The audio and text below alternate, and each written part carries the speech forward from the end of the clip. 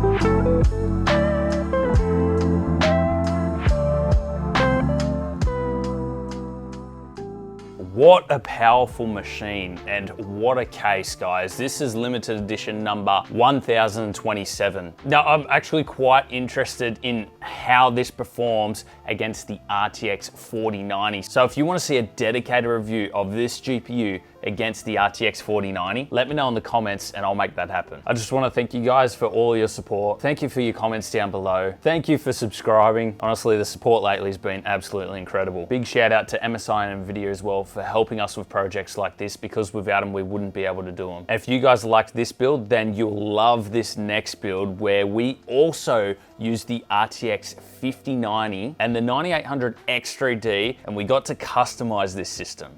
Go check it out.